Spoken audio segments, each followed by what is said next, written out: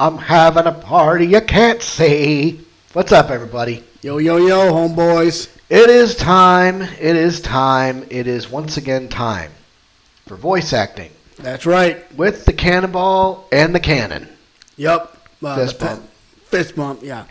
So, go ahead and get all of our streams up. With the Cannonball and the Cannon. Yep. Oh, sorry about that, folks. No, that's okay. No need to be sorry. Yep, I just gotta get my chats up and running. If we go to my channel, live. Go ahead. Here we go. Thank you much. All right. Let's see. I think we got everything locked and loaded here. So, Now, don't forget to click that other window. oh yeah. Notifications window. Yeah. All right, so now what's this blank white screen, might I ask? Well, this is an emulator that I picked up for the Nintendo DS. We're going to go ahead and open a ROM, and we're going to go open this game, and Well, it's going to be a while. Well, no. it won't be a while. You'll get there. All right, so Here we go. Yep, we're live. We're live, people. So we're just gonna do a brand new game, suckers. Brand new. So episode number 1 is the first turnabout. Hang on a second. I'm gonna adjust the size of this window. I'm gonna shrink it a little bit. There we go. Yeah. Yes. Yeah. So, Okay. viewers, how's your hearing? How's your speech? Whatever the case may be, just let us know. Here we go. Here we go. Episode 1. The first turnabout. This is the killer. Spoiler. Well, not really. Damn it. Why me? Can't get caught. Not like this. I gotta find someone to pin this on. Someone like him. What the? I'll make it look like he did it. Yeah, very cheesy, but it's cool. August 3rd, 9:47 a.m. District Court, Defendant Lobby number 2. Boy, am I nervous. That's you. Right. Oh, hiya, Chief. Phew. I'm glad I made it on time. Well, I have to say, Phoenix, I'm impressed. Not everyone takes on a murder trial right off the bat like this. It says a lot about you and your client as well. Thanks. Actually, it's because I owe him a favor. A favor? You mean You knew the defendant before this case? Yes. Actually, I kind of owe my current job to him. He's one of the reasons I became an attorney. Well, that's news to me. I want to help him out any way I can. I just really want to help him. I owe him that much. This is It's you. over. And this is, It's over. It's like a Cooper vibe or something. My life, everything, it's all over. Isn't that your client screaming over there? Yeah, that's him. Death, despair, oh, I'm gonna do it, I'm gonna die. It sounds like he wants to die. Yeah. Nick, Hey there, Larry. dude, I'm so guilty. Tell him I'm guilty. Give me the death sentence. I ain't afraid to die. What? What's wrong, Larry? Oh, it's all over. I'm finished. Finished! I can't live in a world without her. I can't! Who took her away from me, Nick? Who did this? Oh, Nick, you gotta tell me. Who took my baby away? The person responsible for your girlfriend's death. The newspapers say it was you. My name is Phoenix Wright. Here's the story. My first case is a fairly simple one. A young woman was killed in her apartment. The guy they arrested was the unlucky sap dating her.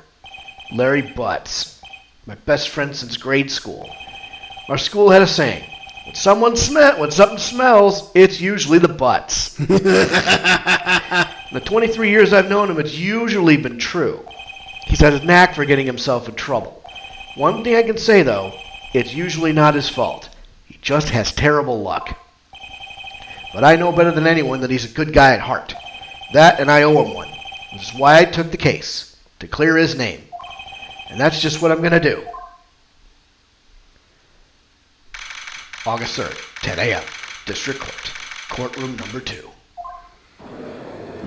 The court is now in session for the trial of Mr. Larry Butts.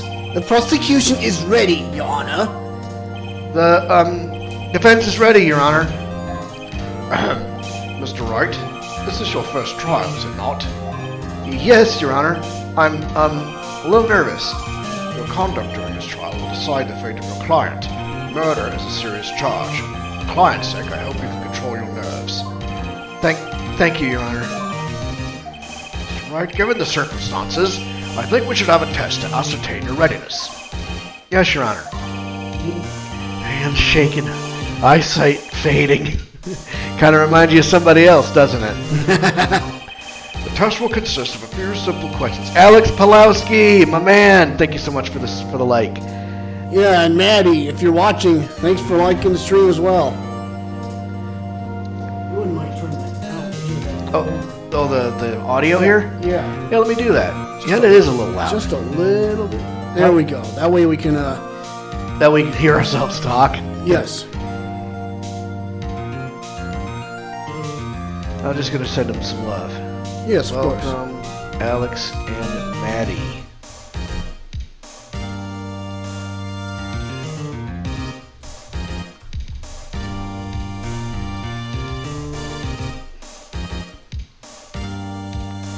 Alright, okay, sorry about the delay. The test will consist of a few simple questions. Answer them clearly and concisely.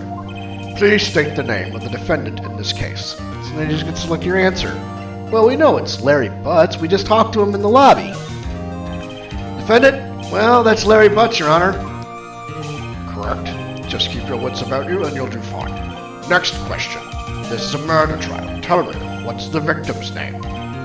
Phew, I know this one. Glad I read the case report cover to cover so many times. It's... wait. Uh-oh. No. No way! I forgot! I'm drawing a total blank here. Phoenix, are you absolutely sure you're up to this?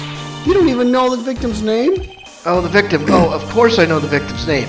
I, just forgot. Temporarily. I think I feel a migraine coming on. Look, the defendant's name is listed in the court record. Just touch the court record button to check it at any time, okay? And I'm going to go ahead and touch it right now.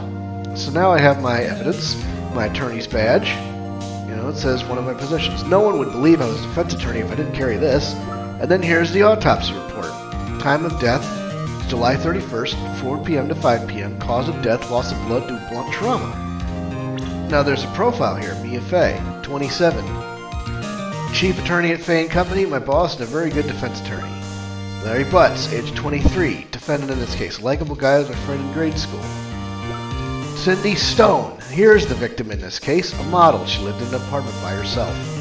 Winston Payne, the prosecutor for this case, lacks presence, generally bad at getting his points across. Okay, here we go. I'm ready to check it off and do it for me, please. I'm begging you. Let's hear your answer. Who is the victim in this case? Cindy Stone.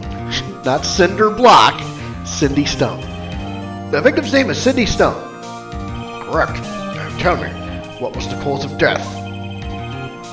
She died because she was hit with a blunt object.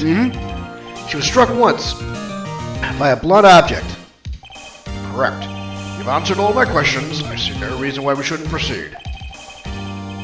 Manny and I want to bring dinner over sometime and hang out. I'm totally for that. Absolutely. One of these days. You seem much more relaxed, Mr. Wright. Good for you. Thank you, Your Honor. Because I don't feel relaxed, that's for sure. Well then, first, a question for the prosecution, Mr. Payne. Yes, Your Honor. As Mr. Wright just told us, the victim was struck with a blunt object. Would you explain to the court just what that object was? The murder weapon was the statue of the thinker. It was found lying on the floor next to the victim. I see. The court accepts it into evidence. The statue has been added to the court record. Right. Be sure to pay attention to any evidence added during a trial. That evidence is the only ammunition you have in court. Touch the court record button to check the court record frequently. Mr. Payne, the prosecution may call its first witness. The prosecution calls the defendant, Mr. Butts, to the stand. Chief, what do I do now? Pay attention. You don't want to miss any information that might help your client's case. You'll get your chance to respond to the prosecution later, so be ready. Let's just hope he doesn't say anything. Unfortunate. Yeah. Uh-oh. Larry gets excited easily. This could be bad.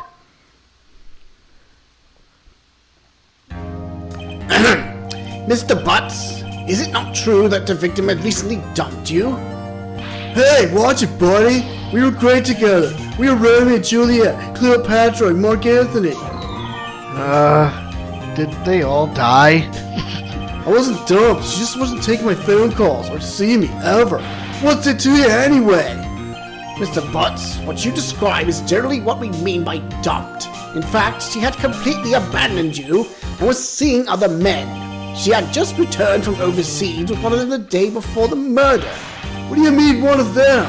Lies! All of it! Lies! I don't believe a word of it! Your Honor, the victim's passport. According to this, she was in Paris until the day before she died. Passport added to the court record.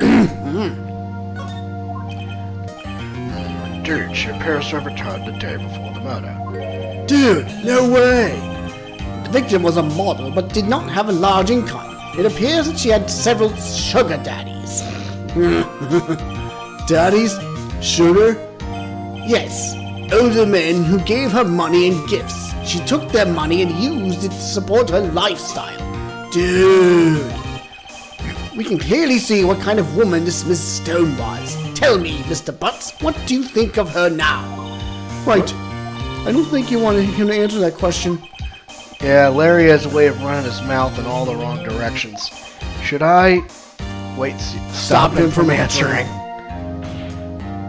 My client had no idea the victim was seeing other men. That question is irrelevant to this case.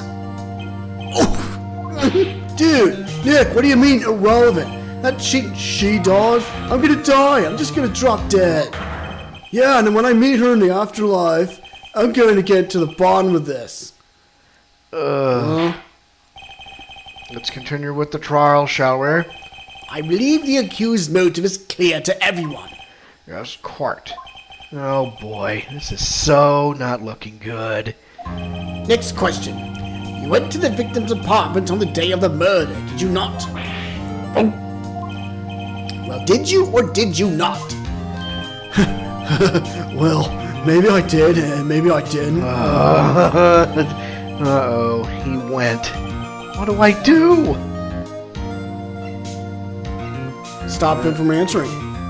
I did have him answer honestly at first, but I'm gonna, I'll stop him. I'll send him a signal. Oh yeah, I did do this. Lie like a dog. Well, see, it's like this. I don't remember. You don't remember? Well then, we just have to remind you. I got a bad feeling about this. Greetings, Maddie. We have a witness that can prove he did go to the victim's apartment that day. Greetings, Maddie from Twitch. Well, that simplifies matters. Who is your witness? The man who found the victim's body. Joe K. LOL. I got a new follower. Hey! All right. Thanks for following. Just before making the gruesome discovery, he saw the defendant fleeing the scene of the crime. Order in the court. Mr. Payne, the prosecution may call its witness. Yes, Your Honor. This is bad. On the day of the murder, my witness was selling newspapers at the victim's building. Please bring Mr. Frank Sawhite to the stand. That's gotta be him. Mr. Sawhite, you sell newspaper subscriptions, is this correct? Oh, yes. Newspapers, yes. Mr. Sawhite, you may proceed with your testimony. Please tell the court what you saw on the day of the murder. Here we go, baby. Witness's account. Here we go. I was going door to door, selling subscriptions, when I saw a man fleeing an apartment. I thought he must be in a hurry because he left the door half open behind him. Thinking it was strange, I looked inside the apartment. I saw her lying there, a woman, not moving, dead. I quailed in fright and found myself unable to go inside. I thought to call the police immediately. However, the phone in her apartment wasn't working. Went to a nearby park and found a public phone. I remember the time exactly. It was 1 p.m. The man who ran was, without a doubt, the defendant sitting right over there. I don't even know about this stuff. Yeah, there's some holes there. Larry, why didn't you tell the truth? I can't defend you against a testimony like that. Incidentally, why wasn't the phone in the victim's apartment working? Your Honor, at the time of the murder, there was a blackout in the building. Aren't phones supposed to work during a blackout?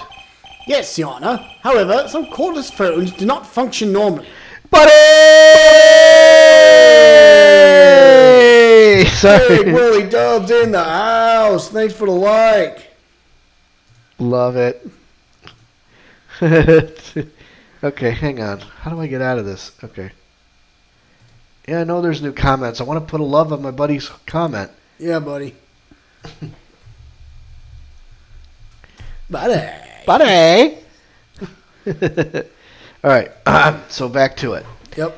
However, some cordless phones do not function normally. The phone that Mr. Sawhill used was one of those. Your Honor, I have a record of the blackout for your per usual. Blackout record has been added to the court record. Jesus, my eardrum. Well, don't hold the phone so close to your head, dummy. Come on now. Oh, well. Now, Mr. Wright. Yes, yes, Your Honor. You may begin your cross-examination. Cross-examination? Cross-examination, Your Honor? All right, this is it. The real deal. What exactly am I supposed to do? Why, you exposed the lies in the testimony the witness just gave. Lies? What? He was lying? Your client is innocent, right? Then that witness must have lied in his testimony. Or is it your client really guilty? It's called earbuds. Get you some. Oh, boy. Well, that got me some. Huh. How do I prove he's not? You hold the key. It's in the evidence. Compare the witness's testimony to the evidence at hand. There's bound to be a contradiction in there. First, find contradictions between the court record and the witness's testimony. Then once you've found the contradicting evidence, present it and rub it in the witness's face. Okay.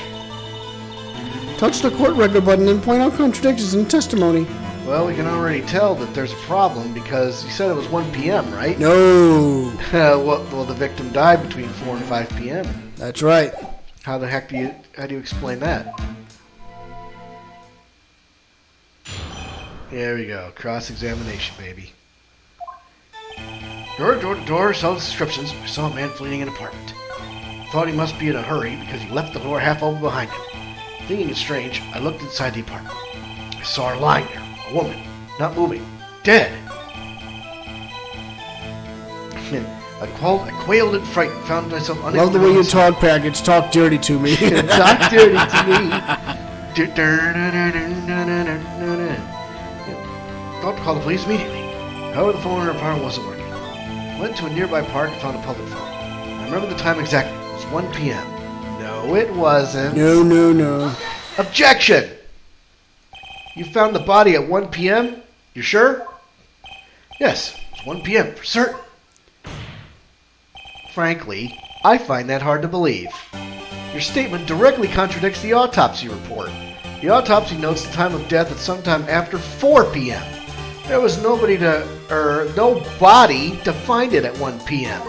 How do you explain this 3-hour gap?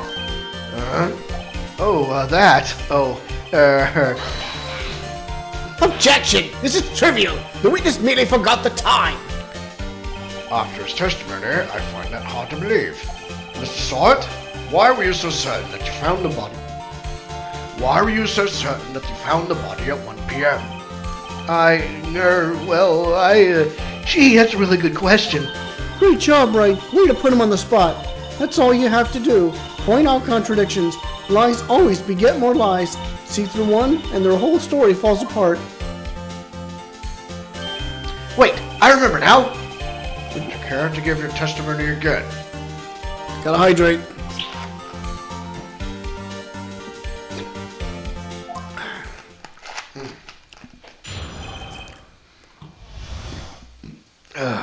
Stuff stuck in my chest. Time of discovery. See, when I found the body, I heard the time. There was a voice saying the time was probably coming from the television. Oh, but it was 3 hours off, wasn't it? I guess the victim must have been watching a video of a tape program. I don't know about that. That's why I thought it was 1 p.m. Terribly sorry about the misunderstanding. I don't think so. I see. You heard a voice saying a time on a taped program. Mr. Wright, you may cross-examine the witness. Right. You know what to do. I've got this one. Cross-examination. Time of discovery. You see, when I found the body, I heard the time. His voice saying the time was probably coming from the television. It's 3 hours off, wasn't it?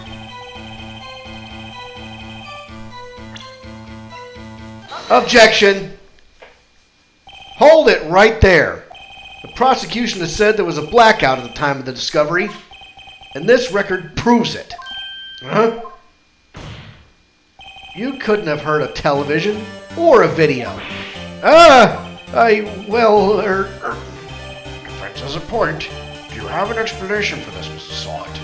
No, I find it quite puzzling myself. Quite. Wait, I remember now. Mr. Salt, the court would prefer to hear an accurate testimony from the very beginning. These constant corrections are harming your credibility. That, and you seem rather distraught. My apologies, Your Honor. It must have been the shock of finding the body. Very well, Mr. Salt. Let's hear your testimony once more, please. You better not be lying next time, big boy. Right time. Actually, I didn't hear the time. I saw it.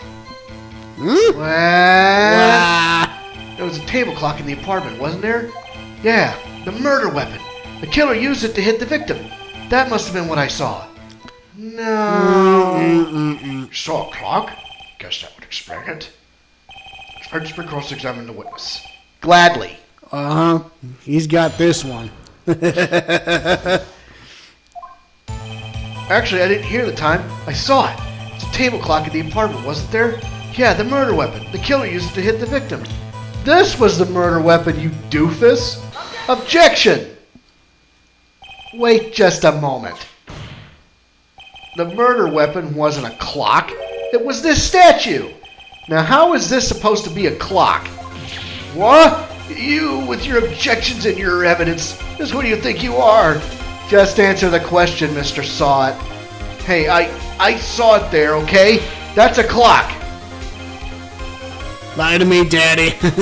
Your Honor, if I may, Yes, Mr. Payne? as the witness stated, this statue is indeed a clock. The neck is a switch. You just tilt it and it says the time out loud. As it doesn't look like a clock, I submitted it as a statue.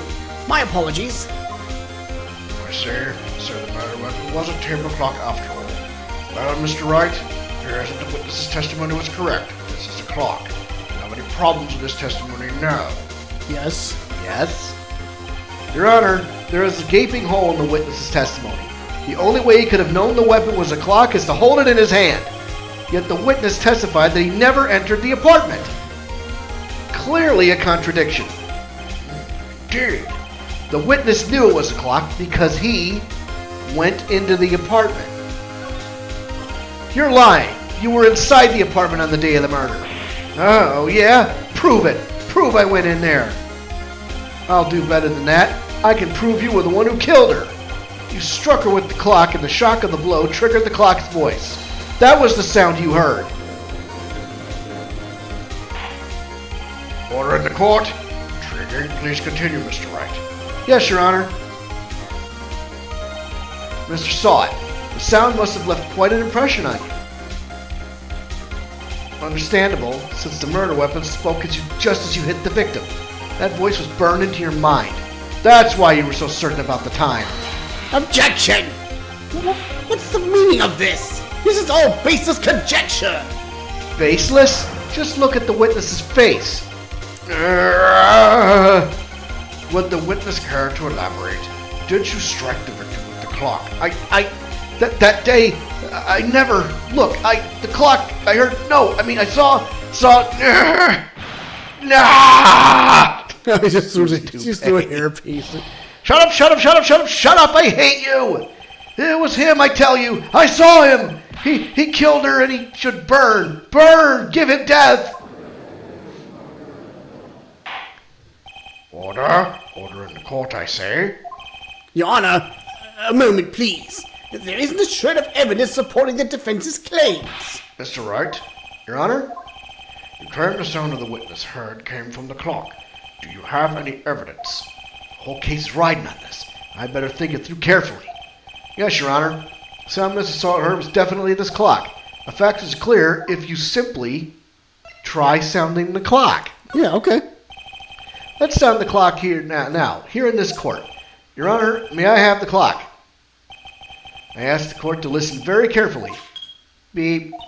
I think it's 8:25. That certainly is a strange way to announce the time. Well, he is the thinker, after all. So we've heard the clock. What are your conclusions, Mr. Wright? Mr. Payne, can you tell me what time it is now? It's 11:25. Ah! As you can see, this clock is exactly 3 hours slow. Precisely the discrepancy between what Mr. Sawat heard and the actual time of death. So, Mr. Sawat, try to talk your way out of this one. You forgot one thing. Uh-oh. What's he talking about? While it may seem like that clock is running 3 hours slow, it proves nothing. How do you know it was running 3 hours slow on the day of the murder? If you can't prove that, you don't have a case. That's right. How am I going to prove that? Damn it. So close. Mr. Wright, it seems you lack the critical evidence to support your claim. Yes, Your Honor. No you don't. Hang on. This means I cannot let you indict the witness. Fortunately, this ends the cross-examination of Mr. Frank Sawt. I come all the way down here to testify, and look what happens. You treat me like a criminal. A criminal! You lawyers are all slime.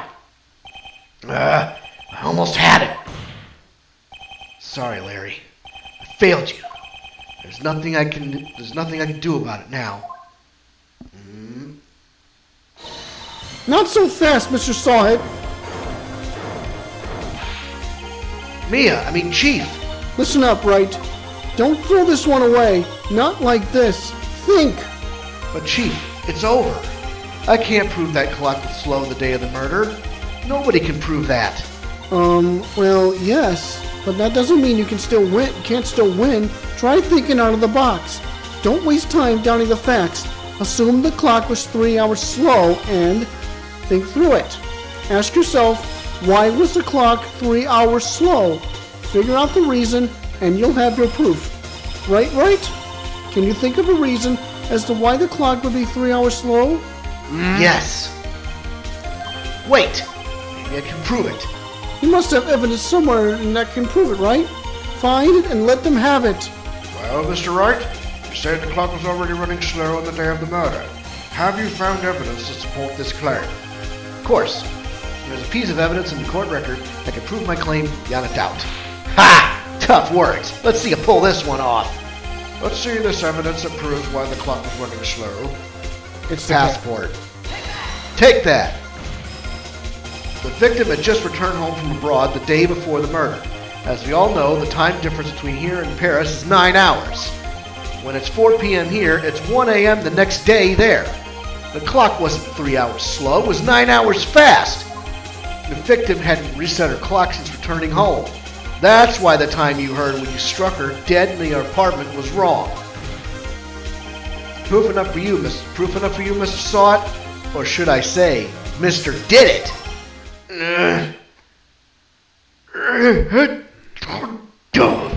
Fainted. Game over, bro. Order, I say. Well, this case has certainly turned out differently than we all expected. Mr. Payne, your client? He was arrested and has been taken away, Your Honor. Very well. Mr. Wright? Yes, Your Honor?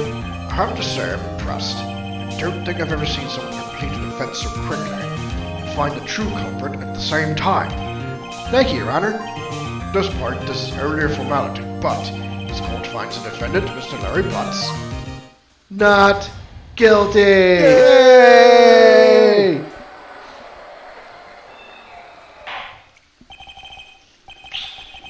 With that, the court is adjourned. There you go. Turns out that Frank Saw It was a common burglar. He posed as a newspaper salesman to check and see when people were out of the house. That day, when Larry went to her apartment, the victim wasn't home. After he left, Mr. Saw It let himself in to do his dirty work. While he was searching her place, the victim returned. Flustered, Mr. Saw It grabbed the nearest blunt object he could find.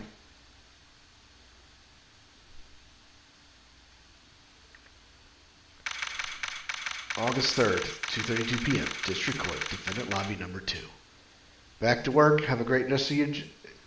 Back to work. Have a great rest of your stream. Hey, Sure thing, Will. Enjoy your shift, brother. Go get Thank you him. for watching. Whew. I still can't believe we won. Right. Good job in there. Looking good tonight, guys. Thanks, Maddie. Thank you. Congratulations. Thanks, Chief. I owe it all to you.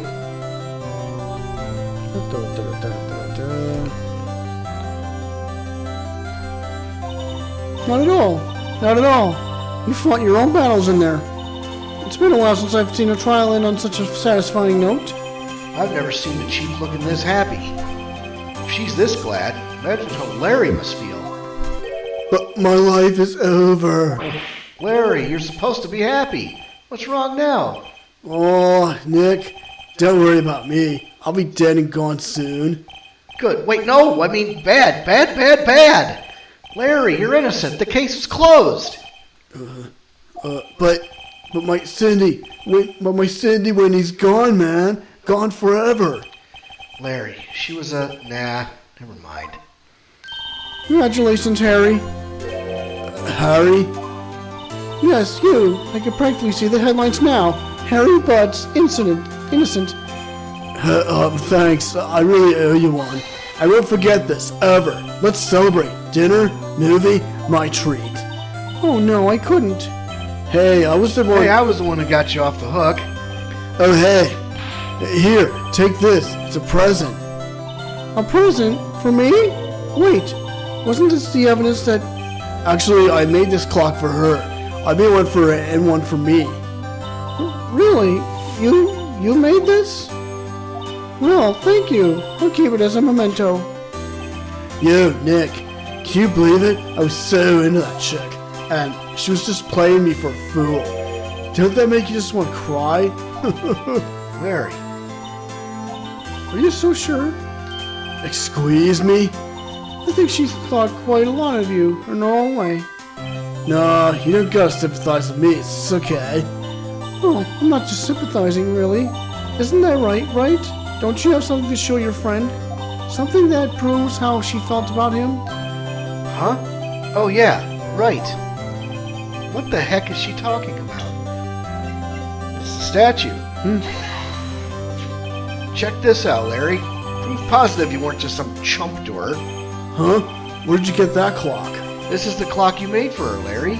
She took it with her when she traveled. She probably just needed a clock, that's all. You think so? It's a pretty heavy clock to take traveling. Well, make of it what you will. Hey, Nick, I'm glad I asked you to be my lawyer. Really, I am. Thanks. Hope that made him feel a little better. Oh, I get... Right?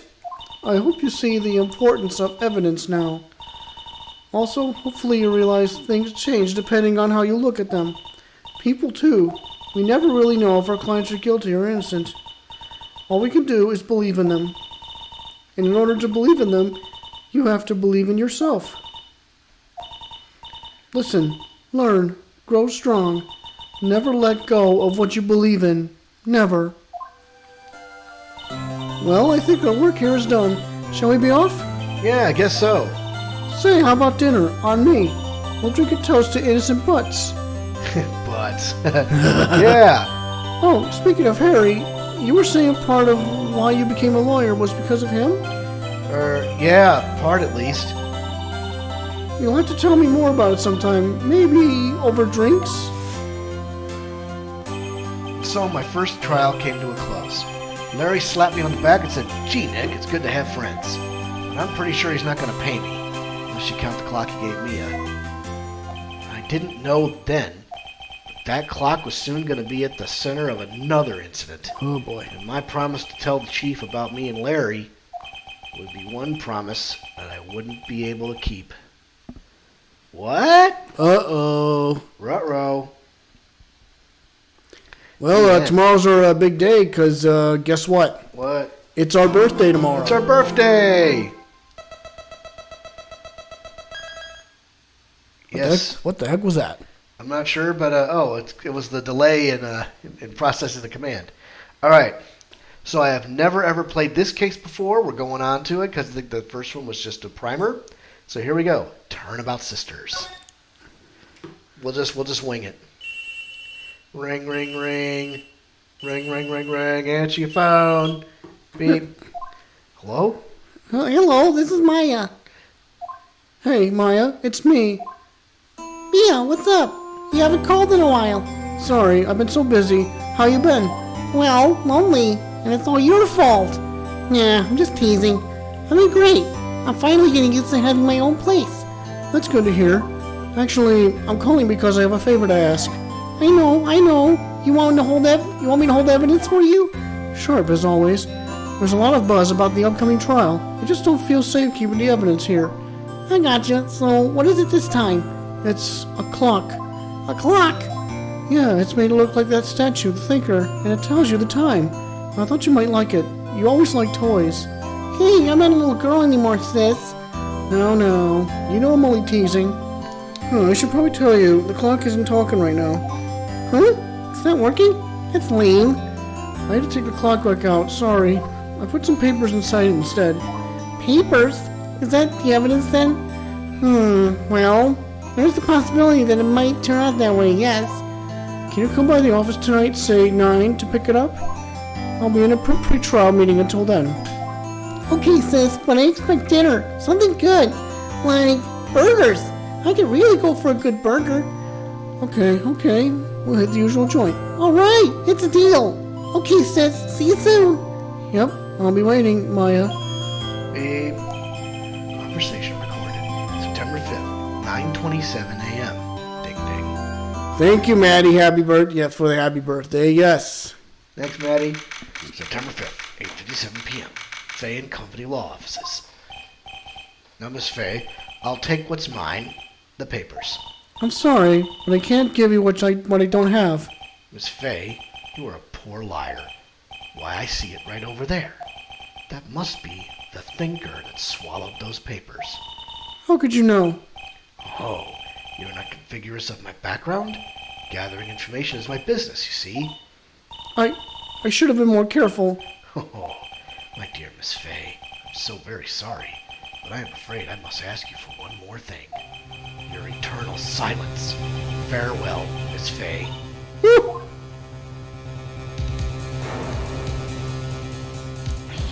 No! Oh, that that fucking asshole. That bastard. Red, white, blue. Oh, no. My God. Is she already dead? I hope not. She got knocked out. September 5th, 9:08 p.m. Fay and Company Law Offices. Uh-oh. I'm late. Huh? That's strange. Cheese must have gone home already. She said her sister was coming over, so we should all go out for dinner.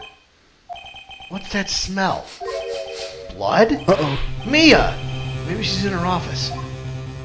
Examine. Well, actually, I think you may have to... I smell blood. That can't be good. I have to check to see if the chief's okay.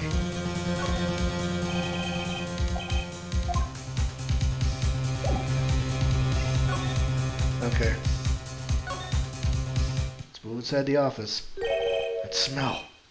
Blood.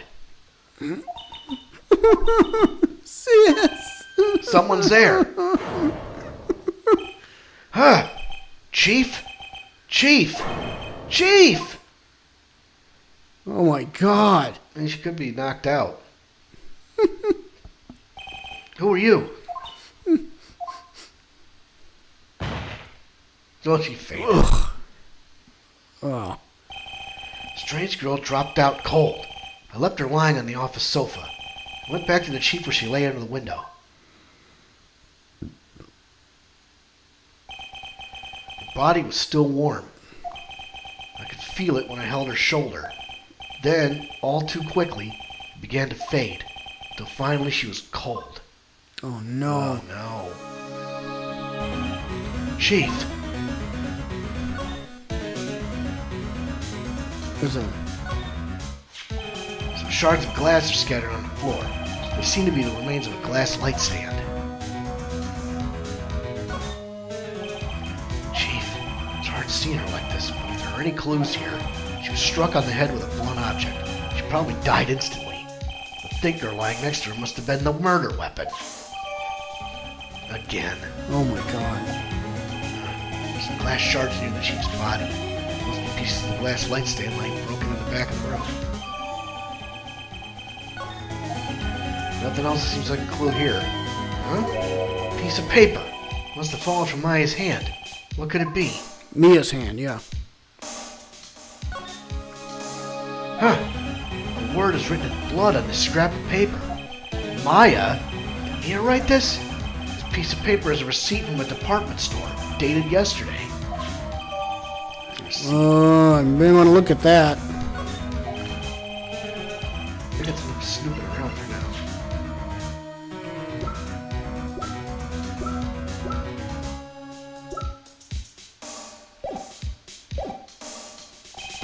I better call the police. Find out what that girl was doing here. Alright, better move.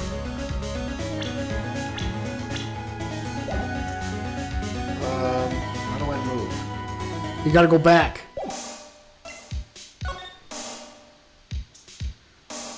Well, hold on.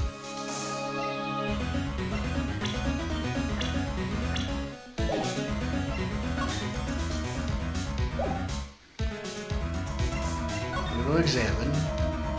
Oh, you want to examine some more? Okay. Yeah. I'm trying to figure out how to do that.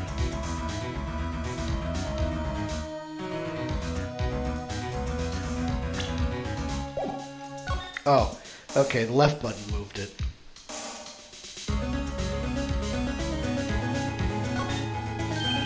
Right, I'm gonna call the police. That's funny. A few of the screws on the receiver are missing. It looks like someone was halfway through taking it apart. Police! Please, come quick! What was that? Oh, someone's screaming from outside the window. Please, please. She's staring right at me. She's holding a phone in her hand.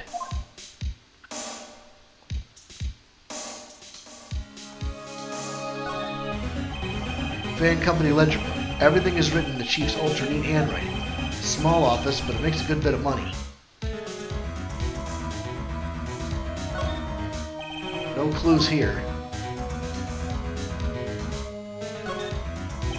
No clues here. So yeah, I got a good idea that when the word "examine" pops up in the lower right hand corner, that's a clue. Surprisingly, the chief was never good with machines. All about she used his PC for was email. She picked up this ancient model at some garage sale for practically nothing.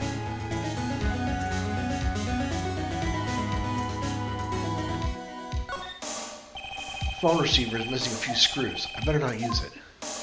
Looks like you better move.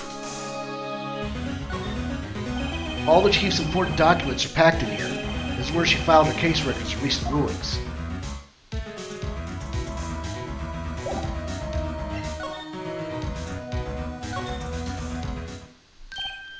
Huh, that girl just now. Where'd she go? I put her right there on that sofa. Uh-oh. Hope she didn't run on me. Yeah. Yipes! Don't scare me like that. Excuse me, but who are you? It's okay. I work here. Maya Fey. Maya Fey? Maya? So Mia was writing this girl's name. Maybe I should show her the receipt. I never thought there'd be a use for evidence like this outside the courtroom. Let's present that. Wait, talk to her. Before Maya died, she wrote a message with her own blood. She wrote it on the back of this receipt. That's my name. Why? Why would she write my name? Please, just calm down. Why would sis write my name? Uh-oh. Now I've done it. Oh, cops are here. Police! Sounds like they're coming this way. Freeze! Police! Alright, I'm Detective Dick Gumshoe, see? Gumshoe? What an odd name. Received a report from the building across the way, see? Got a person saying they saw a murder. Must have been that woman I saw. Anyway, I don't want either of you moving 1 inch, okay? Great, just great. Maya, wait, she wouldn't have... Nah. Whoa! Excuse me. Eek! This word Maya here mean anything to you? That's my name. What? Victim drew this here note in her own blood, see? With her dying breath, she wrote down the killer's name. Killer? I'm not... Case closed. You're coming down to the precinct, ma'am. What? No! Well, you know what's that? Mia's younger sister Maya was arrested on the spot. Was taken in for questioning and didn't get out until the next morning. My eyes were heavy, but I couldn't sleep. I sat around waiting for visiting hours to begin at the detention center. I had to talk to Maya as soon as possible. September 6th, 9:07 a.m. Detention center, visitor's room. Wow, they have poor Maya locked up like a criminal. Oh, it's you, the lawyer. Good morning. Good morning. She looks so tired. Are you going to be my attorney? Well, that's what I wanted to talk to you about. Of course I will. First things first, I better get her cheered up. Yeah, of course I will. Cheer up. Really? Whoa, did I say the wrong thing? She looks sadder now. What's wrong? You don't think I can do it? No, no one could. Who would believe me? Even you, when you found me in the office, you looked at me like I had done it. Did I look at her like that? No, I never thought. It's okay, I understand.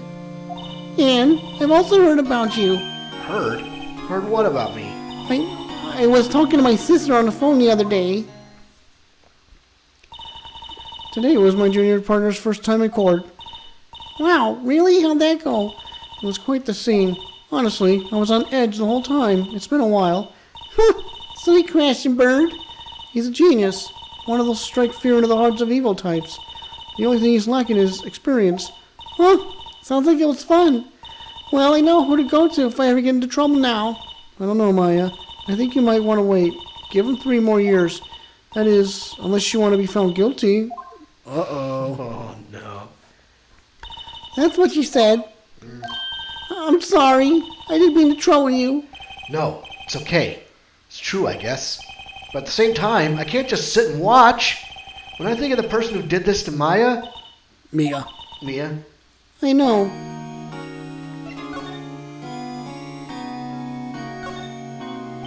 there's something I've been wanting to ask you. Yes? What's with that outfit? Oh, this? This is what all the acolytes wear. It's my uniform, you could say. Acolytes? Like people in religious training? What is it you do?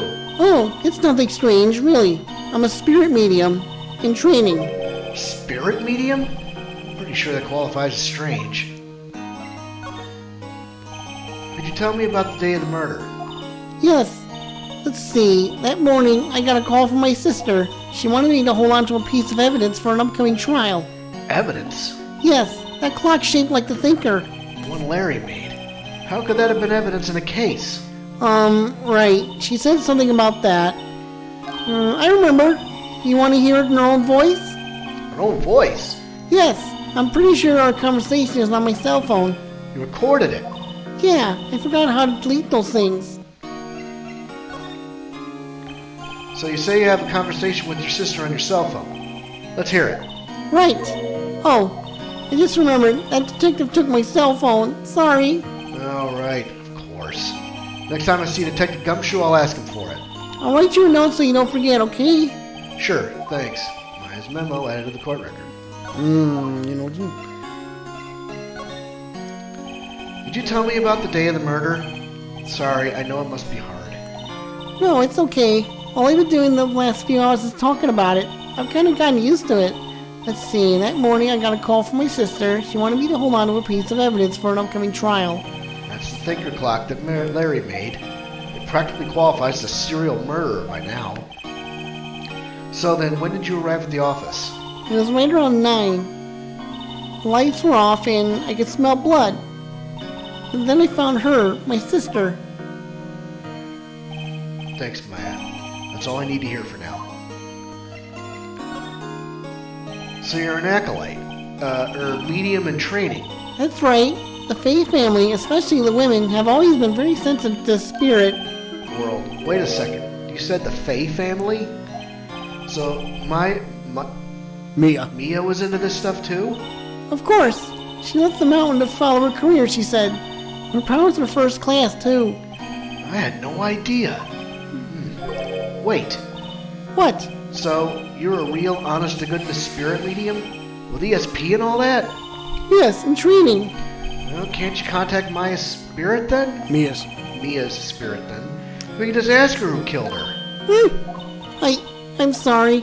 I'm still in training. I couldn't do something on that level. I thought that would be too easy. Huh? Something the matter? I was wondering, could I ask you a favor? This is the address of a famous lawyer. My sister gave me this a long time ago. She said if I was ever in trouble, I should call him. And, well, I'm in trouble. You think you could go ask him to represent me?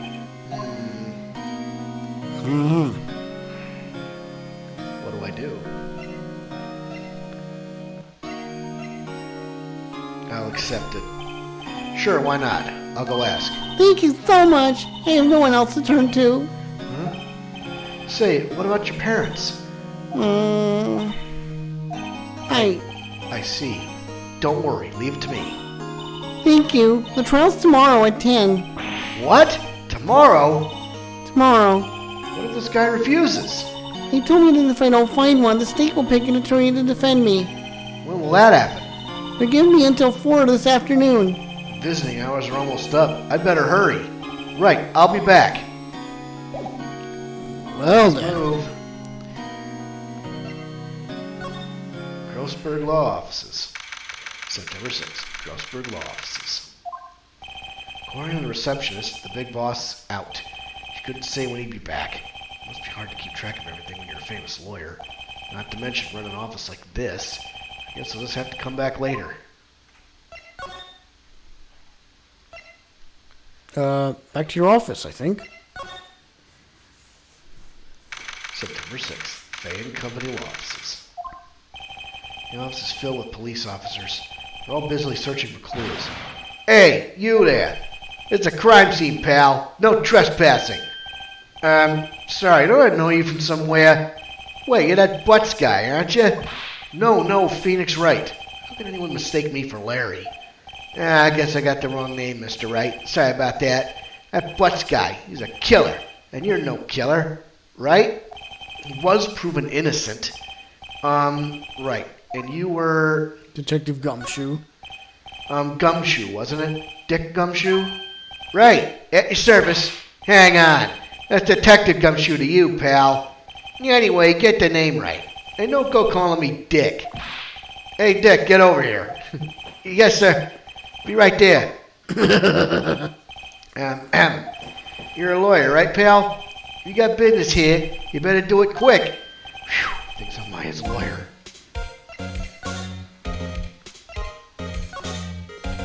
I was wondering, did you see Maya Faye's cell phone?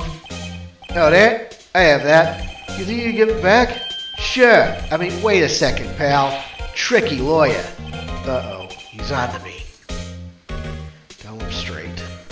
If I tell him what I want, there's no way he'll give it to me. Something the matter? Oh no, it's just, detective. Nope, I know nothing, pal. That cell phone has a lot of numbers on it, like her boyfriend's. Cell phone holds all little girl's sweetest and spiciest secrets. You're trying to confuse me. Sorry, pal. I already checked all the numbers in memory. Impressive. You're quite the detective. Uh-huh. Oh, yeah, you can have the phone back. Booyah. There weren't any suspicious squall records in there after all. You did notice a recorded conversation. Well then. Check the court record to hear the recorded conversation. Let's talk to this guy. About Ms. Fay. Did you do an autopsy? You want to know the results, eh? Now don't you look at me like that, pal. It's no use. She might have been your boss, but that doesn't mean you get any special treatment. All right. You can see the report, but that's all. Autopsy report. Aha. About Maya. Yeah, I'm looking forward to the trial. Sorry, pal, but this is one trial you aren't going to win. Why do you say that? The city's put Prosecutor Edgeworth on the prosecution. Edgeworth. I'm sure you know what that means, you being a lawyer and all. I guess I've asked all the questions I need to. You all done, pal? Yes, thank you. I'll be heading out now. Oh, wait. One more thing I wanted to mention to you. I don't suppose you plan on talking to that witness. Anyway, you better not. No influencing the witness with your lawyerly ways, pal. Huh? Come to think of it, I had completely forgotten about her. The witness? Yeah, Miss April May. Oh, man. Sorry about this, but I can't tell you anything about her. Well, you just told me her name, Miss May, huh? So you sent her home already, then? Nah, you're trying your loyalty tricks on me now. She's not to go outside her room until the trial. So she's still in the hotel across the way. I guess I should know better than to try to get a detective to leak information. You got that right, pal. Time to pay a visit to Miss May. Prosecutor Edgeworth. That's right, pal. Mr. Miles Edgeworth himself. Wait, you do know him, don't you?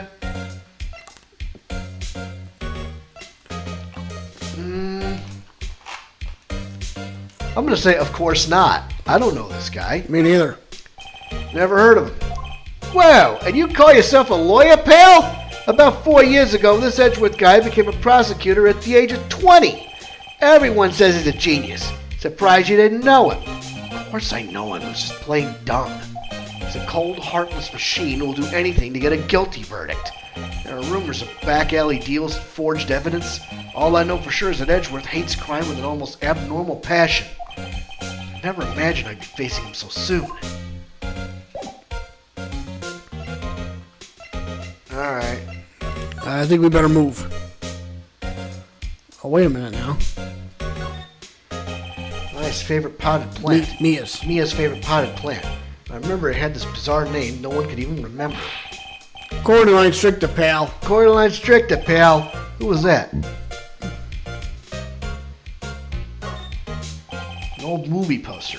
Apparently, this was the first movie that made Mia cry when she saw it. I'll have to check it out one of these days. There's a horrendous amount of legal books here. Scarier still is that Mia probably read all these. Mm-hmm. Let's move to the Gatewater Hotel. September 6th, Gatewater Hotel, room 303. Well, hello there, handsome. Hi. Smooth, right? Real smooth. You're the lawyer, aren't you? The detective told me. He said don't say nothing, that lawyer pal. Note to self, thank Detective Gumshoe for making my job harder. Gee, this is all like something out of a movie. It's all so exciting I can hardly contain myself. Ooh, let me go freshen up so I can look the part of the beautiful eyewitness. I pity the lawyer that has to cross-examine this one. Examine. What the heck is... There's a screwdriver stuck in this drawer. I wonder what's inside. Let's take a look. Hey! What are you doing? No touching. Ooh, bad boy. You really shouldn't pry around other people's roofs now. You would want to make me upset, would you? Upset? I thought she was going to explode for a second there. I wonder what could be inside the drawer.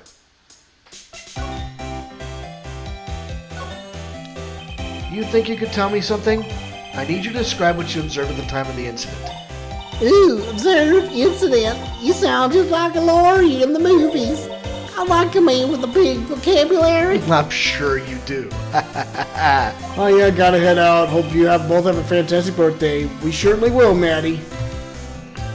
We sure will. Maddie, thank you again for watching.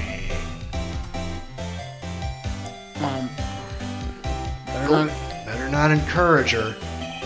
You know that thing that happened the other day? The bad thing? What did you see what did you see when it happened? I don't suppose you could tell me about it? Pretty Felice? Let me see. Well, dream on. If you want to know, you'll just have to come to the court tomorrow, Mr. Lawyer. Oh boy. Just who exactly are you? Ooh, Mr. Lawyer, you hitting on me? No, hey, I'm just doing my job. I'm just doing my job here. You know, you're cute when you blush. Believe me, this is the first time in my life I've blushed this much. Right. Can you just tell me what it is you do? Well, no. You had your little hopes up, didn't you? Oh boy. True. I see there are 2 glasses on the table. Is someone staying here with you? Ooh, what amazing powers of observation. You must be one of those famous detectives, like on television. Oh, no, not me. I'm just the lawyer. Say, Mr. Big Detective, why don't you go look for clues in the garbage? This man does not know the little lawyers. Oh boy. Oh God. Get out of there. Let me see Move. if I can examine. Oh. Late summer sunlight streams through the window. There's the Fay & Company Law Office building, of course. You see the inside of the room pretty clearly from here. I think it would be a little difficult to recognize a face from this distance, though.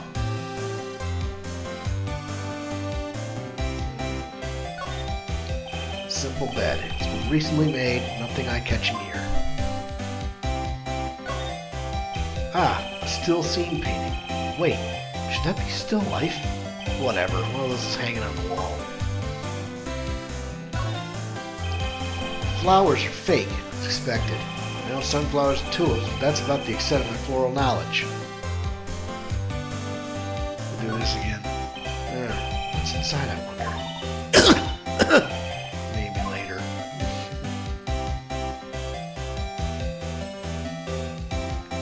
Alright, well, What about the window? I didn't want to move. I wanted. Hang on. I think I already saw the window. Late summer sunlight streams through the window. Oh, okay. I didn't see that. Well, I did, but I didn't. I thought you hit the wine bottle or something. Nope.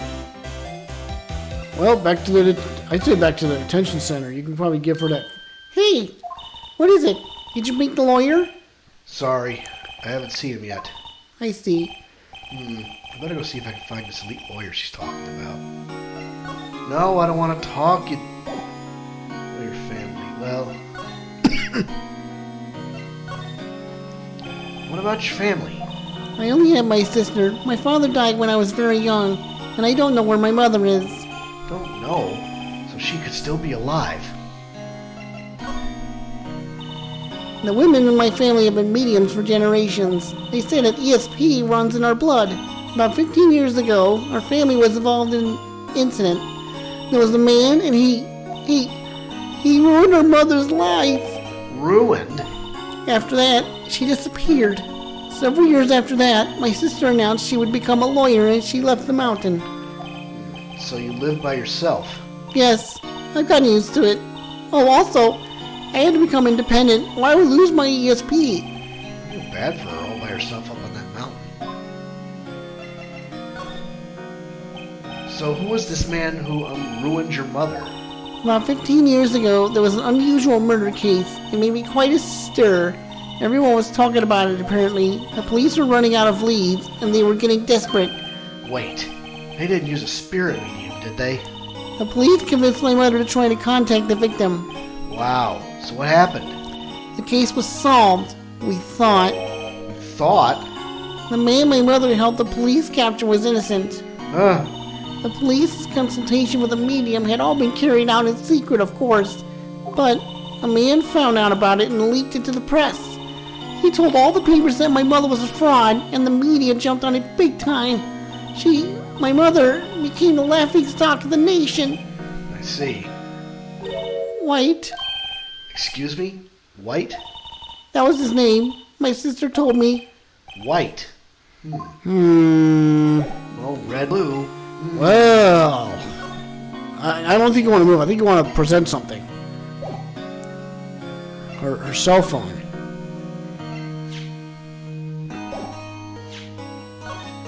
Oh, you. September 5th, 927. Mia, what's up? You haven't called in a while.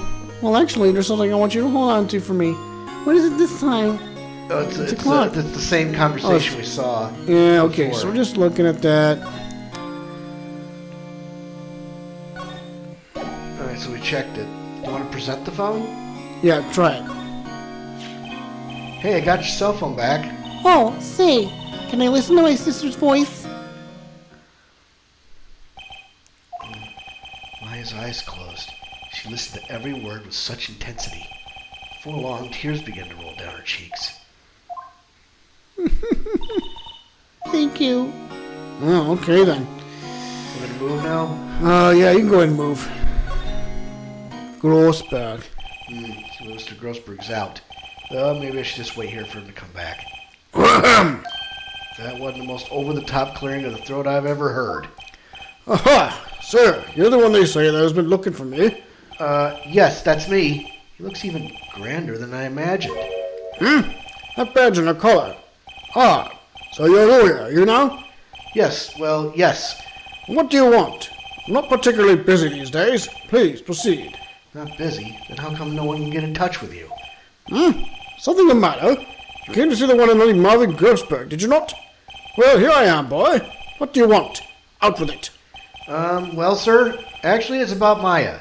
Maya Fey. Ah, yes, my affair. Go on. Why the strange reaction? I'm really quite busy here, son. I can't go taking cases on a day's notice. No, it's quite impossible. Wait a second. How did you know the trial was tomorrow? Anyway, I'm afraid it's entirely impossible for me to represent her. Sorry, end of discussion. What's going on? He refused me before I even got a chance to ask him. What do I tell Maya? Let me talk to this motherfucker. Alright. How can you just refuse like that? Please tell me why you won't take the case. Well, you see, it's just I'm busy, you see.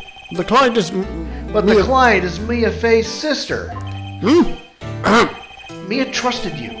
She knew your sister would be in good hands. Her sister. Yes, of course, I know that. However, I'm sorry, but I must refuse. Sorry, goodbye. Creep. Fine. I don't have time to argue with you anyway. I'll go look elsewhere. Think not. Huh? Did you say something? I think not, I said. What do you mean? I'm terribly, terribly sorry, but I'm afraid that no lawyer worth her salt will take on this particular case. Terribly sorry, my boy. Why? I cannot say. I beg your pardon, but could you leave now? I have nothing more to discuss with you. What's going on here? How did you know Mia Fey? She worked here a long time ago. Quite the apprentice, that one. Learned my techniques in the blink of an eye. She left one day, quite suddenly. She had a mission, you see. Mission? You can see it in her eyes. She followed it with a burning passion. Never looked back, that one. That's quite a painting. Ha! You noticed. It's my pride and joy. Impressive, isn't it?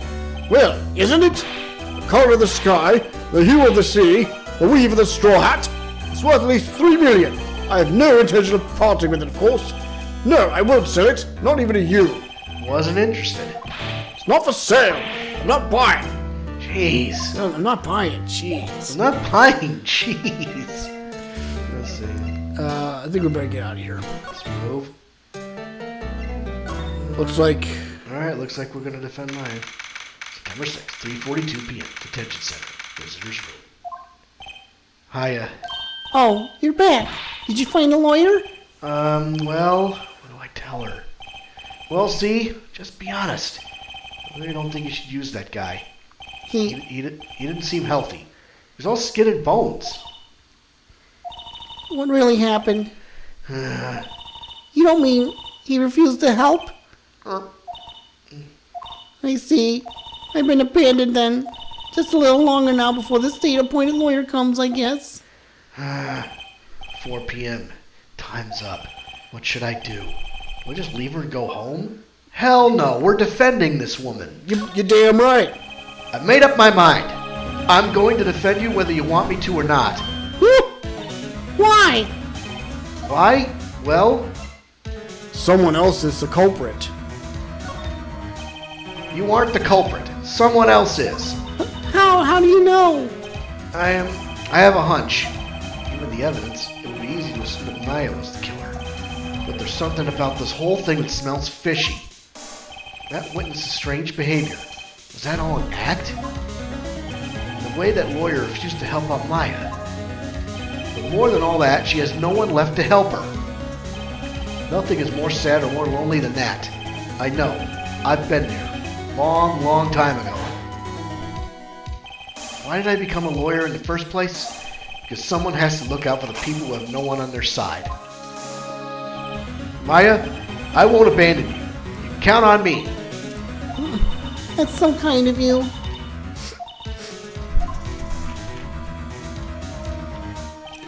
Well, let's fight this one and get you out of here. Right, thank you. Phew, he smiled at last. She looks like an entirely different person. One last question. You are innocent, right? Yes, and I trust you. So you trust me too, okay? It's a deal. So, what next? There's something that's been bugging me. Just what was inside that strange woman's drawer? When I tried to look into the drawer, that she got all defensive. Has to be something in there. Well, let's go. See if that. Good afternoon, sir. Excuse me, you are... Oh, I beg your pardon, sir. I am the bellboy at this establishment at your service, sir. Oh, right. I just come out to deliver room service, sir. Do you know where Miss May might be? Oh, I believe our guest Miss May is currently using the facilities. If you're no need of anything, I'll be taking my leave. Please, stay as long as you like. Enjoy. Yeah. Wait, no, hey! Why does it seem like every time I come here, I end up embarrassing myself? Wait, now's my chance to snoop around a bit. Ah, almost forgot. Ah! You came back quick. Might I ask you to inform Miss May that there is a message for her? Please tell her that Mr. White of Blue Court phoned. Oh, right. Sure. Mr. White. Blue Court. Where have I heard that name? White. That was his name. My sister told me. Aha. White was the name of the guy who ruined Mia and Maya's mother. Could it be a coincidence? That could be the guy. But, let's look in there. There's a screwdriver sticking out of a half-open drawer. Now's my chance to see what's inside. Huh? What do we have here? A wiretap? What would a woman like her be doing with a thing like this? Wiretap added to the court record. There's definitely something suspicious about this Miss May. Why would she have something like this in her hotel room? There's a story behind all this, I know it. Alright, I'll be using this bit of evidence in tomorrow's trial, that's for sure. For Maya's sake, I'll get to this woman's bottom. Wait, I mean, you know what I mean. Oh, bellboy, still there? Uh-oh, time to scram. I look forward to tangoing with you tomorrow, Miss May. In court. To be continued. Oh, it's on now, boy. It's on like Donkey Kong. Yes. Come on now, you stupid... Whatever.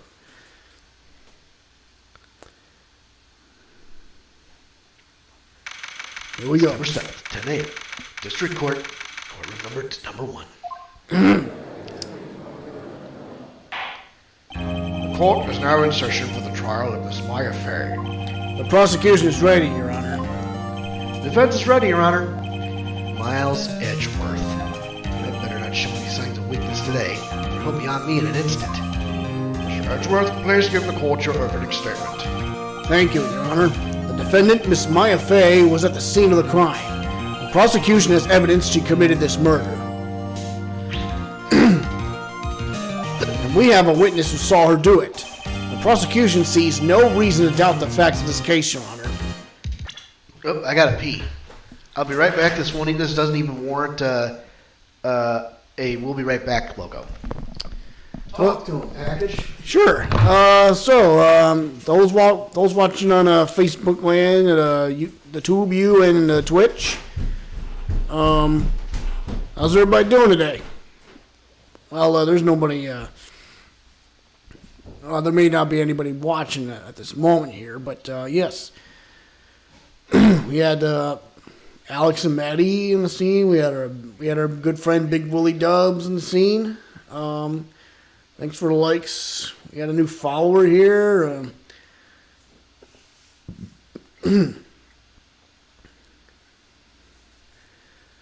But I'll tell you, this is the last day of my 37th age, and in about 1 hour and 53 minutes and counting, I'll be 38. My brother and I will be 38. Can you actually believe that? Just too shy from 40. 40. I'm not scared. I got a few years ahead of me. Got a few years before 40.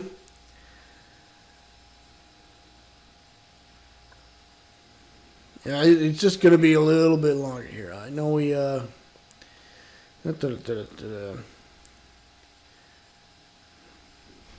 but yeah, so tomorrow, mustacholi for dinner and some ice cream cake. I'm really looking forward to that. Here comes my brother now. Here comes your good buddy Condor. Here's the Cannonball to save the day. Yes, indeed. So it's time to get to it, bro. Yes. Let us go. Yes. The prosecution sees no reason to doubt the facts of this case, Your Honor. I see. Thank you, Mr. Edgeworth. Let's begin then. You may call your first witness. The prosecution calls the chief officer at the scene, Detective Gumshoe. Witness, please state your name and profession to the court. Sir, my name's Dick Gumshoe, sir. I'm the detective in charge of homicides down at the precinct, sir. Detective Gumshoe, please describe for us the details of this murder. Very well, sir. Let me use this floor map of the office to explain. Body was found by this window here. And the cause of death? Loss of blood during being struck by a blunt object, sir. Death. The murder weapon was a statue of the thinker found next to the body, sir. It was heavy enough to be a deadly weapon, even in a girl's hand, sir. Court accept the statue as evidence. You're still calling it a statue. Floor plans. Added to the court record? Now, Detective, Yes, sir. you immediately arrested Ms. Maya Fey, who was found at the scene, correct? Can you tell me why? Yes, sir. I had hard evidence she did it, sir. Detective Gumshoe, please testify to the court about this hard evidence. Well, let's see. As soon as a phone call came in, I rushed to the scene. There were 2 people there already. The defendant, Miss Maya Fey, and the lawyer, Mr. Phoenix Wright. Immediately arrested Miss Maya Fey. Why? We had a witness account describing her. The witness saw Miss Maya Fey at the very moment of the murder. I don't know about that. The very moment, you say. Very well, Mr. Wright, you may begin your cross-examination. Yes, Your Honor. Cross-examine what? I couldn't see a single contradiction in that testimony. Hey, Maya just threw something at me. Uh-huh. What's this? When my sister couldn't find any contradictions in a witness's testimony, she would bluff it and press the witness on every detail. The witness always slips up and says something wrong. It worked lots of times. Should have expected Maya would know some of her sister's tricks. All right, let's give this a try. Yep, pressing. Something the matter? No, Your Honor. I'd like to begin my cross-examination. All right, here we go. As soon as the phone call came in, I rushed to the scene. Hold it. Who did you say you got a call from? Hey, pal, don't play dumb. You know who. The call was from a customer at the Gatewater Hotel, right across from the crime scene. Okay, I pressed. Not sure it did much, though. Right, please continue. There were two people there already. The defendant, Miss Maya Fey, and the lawyer, Mr. Phoenix Wright. Are you absolutely sure it was us? Listen, pal, your dumb act only get you so far. With her funky hippie clothes and your spiky hair, you two stand out like suspicious people at a crime scene. Well, he does have a point about her. She is pretty unmistakable. I should pick my points to press with a little more care. I immediately arrested Miss Maya Fey. Why? We had a witness account describing her. The witness saw Miss Maya Fey at the very moment of the murder. Hold on just 1 second. Yeah? If I heard correctly, you said you arrested her because you had hard evidence she did it, correct? Huh? Did I say that? Me? I heard you say it. Did say it. You said it. Exactly what about this suspicious woman in pink's claim was hard evidence? What? Miss May isn't suspicious, and she sure isn't pink, pal. Well, I guess she is pink. That's enough, Detective Gumshoe. Do you have any more solid proof other than her claims, Detective? I guess pressing can have its advantages. Yes. Gah! Sorry I got the order of things mixed up in my testimony, Your Honor, sir. There's something I should have told about you first, Your Honor.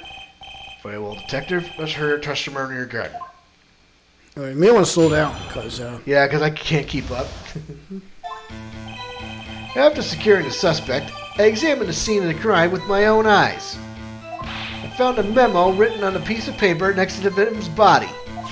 On it, the word Maya was written clearly in blood. Lab tests revealed that the blood was the victim's. Also, there was blood found on the victim's finger. Before she died, the victim wrote the killer's name. I don't think that happened. How you like that? That's my hard evidence. Before we begin cross-examination, I have a question for you, Detective. Your Honor? Why didn't you testify about this vital piece of evidence the first time? I know. I'm really embarrassed I forgot about it, Your Honor, sir. Try to be more careful. Very well, the defense may begin its cross-examination. Cross-examination. Here we go. During the suspect, I examined the scene of the crime with my own eyes. Found a memo written on a piece of paper next to the victim's body. On it, the word Maya was written clearly in blood. Lab test results showed that the blood was the victim's. Also, there was blood found on the victim's finger. On which hand was the bloody finger, Detective? The right hand. She was right-handed. Ha ha ha! Nice try. No, I guess it wasn't too hard to see what I was getting at there. Could it actually be on the right hand? Before she died, Detective Gumshoe, do you get a lot of cases where the victim actually writes the killer's name? Sure, happens all the time in books and the movies. This isn't a movie, Detective. Ooh.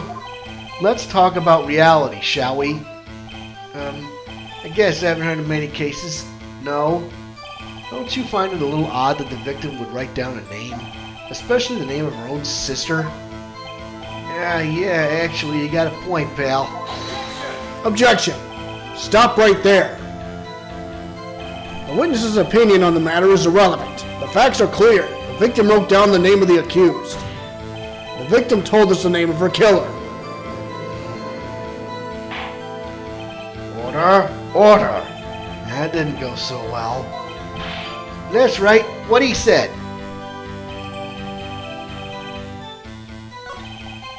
That's his whole testimony.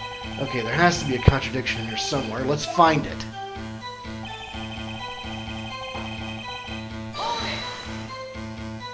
And did you find any evidence? Now, don't jump the gun on me, pal. Just listen, I'm getting to the good part. I got a bad feeling about this. Found a metal ring and a piece of paper next to the victim's body. Keep pressing it. Just because you found it next to the body doesn't mean the victim wrote it. Haha, then who did write it, smarty pants? Who? The killer. The killer. Anyone can see that. Oh, you're saying the killer wrote her own name. Buddy, please. She was framed. Hold on. If that's the case, where's your evidence? I guess that was a bit of a tall order for you. Those without evidence shouldn't open their mouths, Mr. Wright. Yeah, pal. Well, Detective, tell us what was written on that memo you found.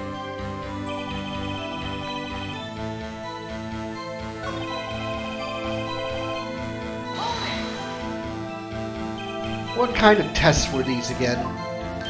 Huh? What kind? Well, I hear they take the little bits in the blood, the hemoglobins, I refuse to testify in this manner, sir. I'm no expert on blood tests. Yes, that was quite clear. You may continue with your testimony. Thanks, pal. I mean, Your Honor, sir. Detective Gumshoe, Yeah? I think you can expect a pleasant bonus in your next paycheck. How? That was a mess. Right, where was I?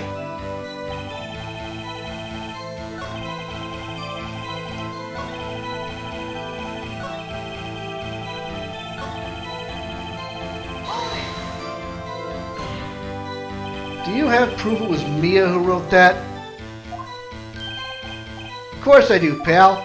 Uh-oh, he sounded pretty confident. This might not be good.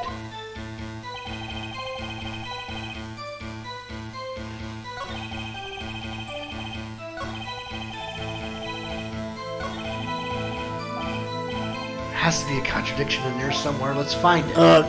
Just check the photo, use present. Look at the photo.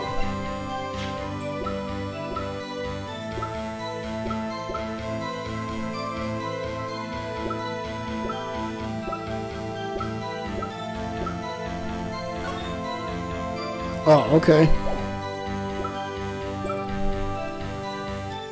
Look at the autopsy report. See what? What? Look at it. See what? I can't look at it. Oh. Check. Glass shards. A murder weapon.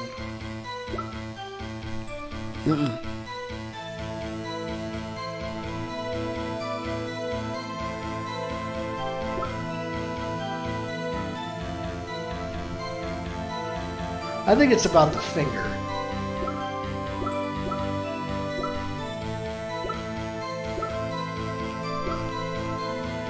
Death was instantaneous. She couldn't have written it with her finger. No.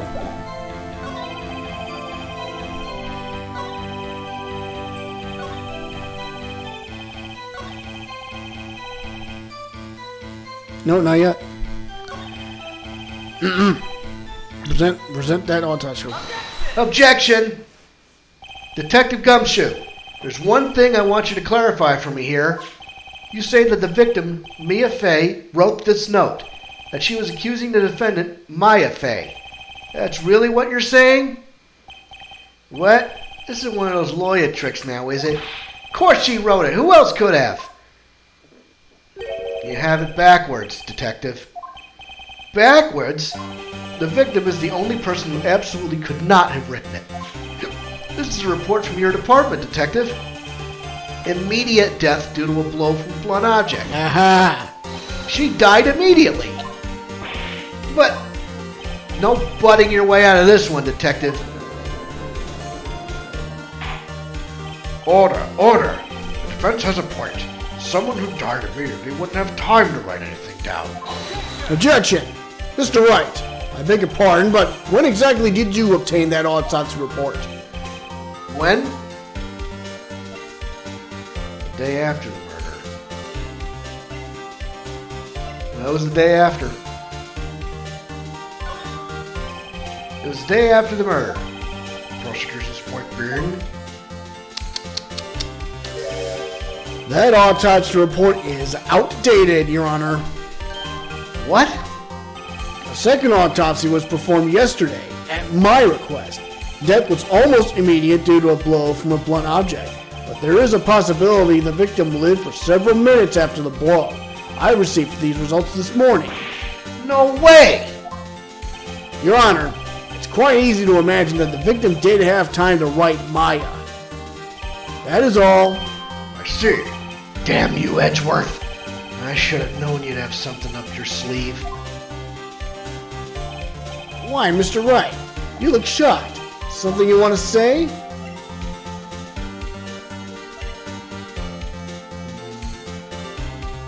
I'm not saying the detective's a sham. Oh yeah, fuck it. Mr. Edgeworth, I've heard there's nothing you won't do to get your verdict. What reason could you possibly have had to request a second autopsy report? Mr. Wright, the defense will refrain from personal attacks on the prosecution. No matter, Your Honor. Mr. Wright, say what you will. The evidence in this report is undeniable. Your Honor, I submit this report to the court. Understood. The court accepts the evidence. Well, Your Honor?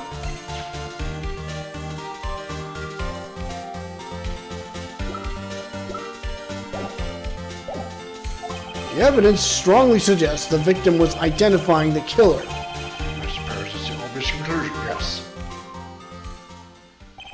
Darn, this isn't good. The prosecution would like to call its next witness. This poor innocent girl saw the murder with her own eyes. Let the witness, Miss April Mary, take the stand. Exactly what part of her is innocent? Well, time to take her down. Witness, your name, please. April May, at your service. Order! An introduction should not require any reaction from the crowd. The witness will refrain from wanton winking. What? Yes, Your Honor. This is not good. He's already captured the heart of every man in the court. Tell us, where were you on the night of September 5th when the murder occurred? Gee, I was in my hotel room. I checked in right after lunch. And this hotel is directly across from the Fay & Co. law offices? That's right, big boy. Please testify to the court about what you saw. Well, Here we go. what does she have to say? It was like 9 at night. I looked out the window, and then, I saw a woman with long hair being attacked. The one attacking her was a mousy girl sitting in the defendant's chair. Then the woman dodged on to one side and ran away. And that girl, she caught up to her and she hit her. Then the one with long hair, she kind of slipped. The end. That's all I saw. Every little bitsy witsy. Oh, God. I don't think so. Well, Your Honor? I see. It is a remarkably solid testimony. I don't see a need to trouble the witness any... Wait, Your Honor. Yes, Mr. Wright? What about my cross-examination? I thought the witness's testimony just now was quite firm, didn't you? Mr. Wright, I understand you were Ms. Mia Fay's understudy, were you not? You must know her techniques well. Her cowardly way of finding tiny faults in perfectly good testimonies. Hey, how dare you? Mr. Wright, will you cross-examine the witness? Yes, I'm doing it. Hell yeah. I'll gladly proceed with the cross-examination. Only because I have a feeling Edgeworth doesn't want me to. She has to have some weakness. Very well. You may begin your cross-examination. Let's see. It was like 9 at night. I looked out the window, you know. And then, I saw a woman with long hair being attacked. One attacking her was a mousy girl sitting in the defendant's chair. How do you know she was the defendant? Well, you know, she had a girlish physique. Women know these things. Look, I just know, okay? There's only one person at the scene of the crime with a short, girlish figure. The testimony is bulletproof, Your Honor. He's right. Question Terry. Hold on a minute. That testimony stinks. What? Miss May, I'm willing to bet that. You're lying. Or... Are you telling the truth? Did you really see the defendant? Uh-oh. Mr. Wright, what's the meaning of this? Yes, what is the meaning? Somebody tell me because I'm clueless about this, I mean. Okay. If you had really witnessed my client, Maya Fey, you would have noticed her clothes before noticing her physique. No one wears clothes like this on a daily basis except her. And I'm no expert on fashion, but her hairdo looks far from normal to me. However, the witness's testimony mentions neither of those things. The testimony is bogus. But Sir, we don't know if she was dressed that way the night of the murder. She was, Your Honor. I saw her. And so did Detective Gumshoe. What do you say to that, Miss May? what are you trying to say, you mean lawyer? I saw what I saw. I just didn't think all the trifling little details were necessarily darling. Miss May, the court would like to remind you please omit nothing in your testimony. I'm sorry, Your Honor. I'll be a good girl, I promise. Your testimony again if you would. Damn, I almost had her. Well, This is a count. let's go, babe. I did see everything. I did. The victim, the woman, dodged the first attack and ran off to the right. Then the girl in the hippie clothes ran after her. And she hit her with that weapon. I saw it. I did. That clock, the kind of statue clock, the thinker, I think. Well, to the accuracy of my report, not to startle you. Sir, I only wish we'd been so detailed from the beginning. Please begin the cross-examination. Time to take her down. The woman dodged the first attack and ran off. Hold it. Is that right, as in your right, as you looked from the hotel? Which hand do I hold my knife in again? Right. It was my right hand, right? Satisfied, Mr. Wright? Please continue. Then the girl in the hippie clothes ran after her. How convenient for you to remember her hippie clothes. That's what she was wearing. Oh, and her hair was all done up like a bun. What happened then? She hit her with that weapon. I saw it. I did. Where did this weapon come from? She picked it up from the desk. Sir, what sort of weapon was it? That clock, the kind of statue clock, the thinker, I think.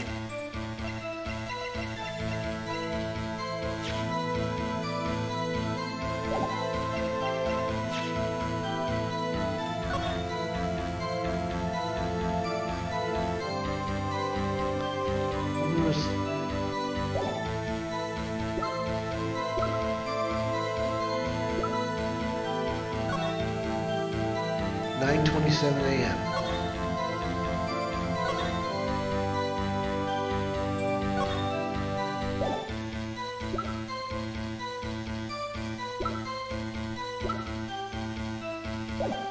Press her. The clock? Didn't this come up in another testimony recently? Well, don't look so sour, Miss Lawyer. You can't win them all. No, but I have a feeling I'm onto something now. Now the clock,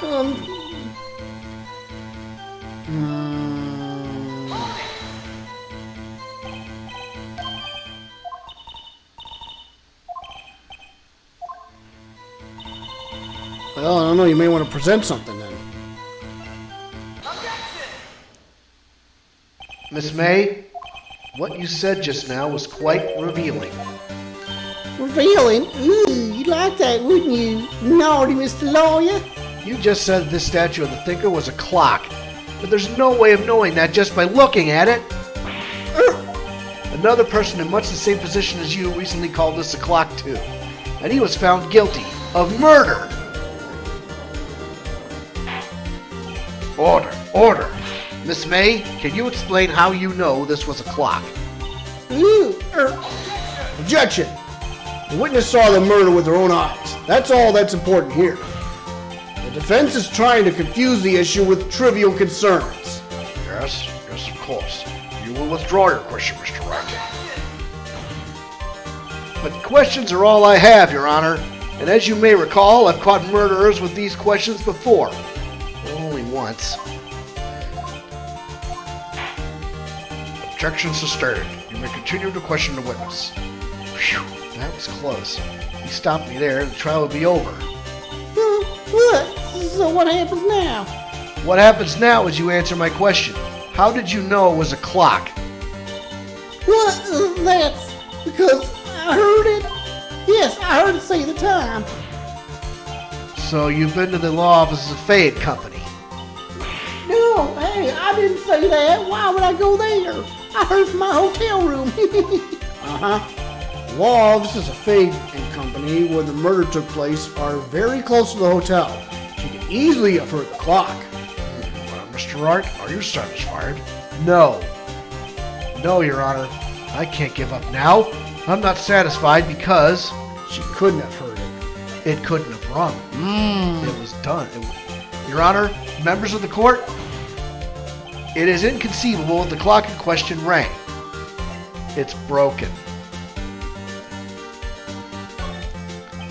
I think it's broken. That clock's busted. You think? Just look at it, Your Honor. Please examine the clock. Oh, see anything interesting, Your Honor? Well, I'm sure I would call this broken, but I doubt it could ring. This clock is missing its clockwork. It's quite empty. Remember? Mr. Wright, would you care to explain to the court the meaning of this? It is as you can see. The clock was empty. It couldn't have rung. Therefore, this witness is a big fat liar. Fat? Well, Miss May?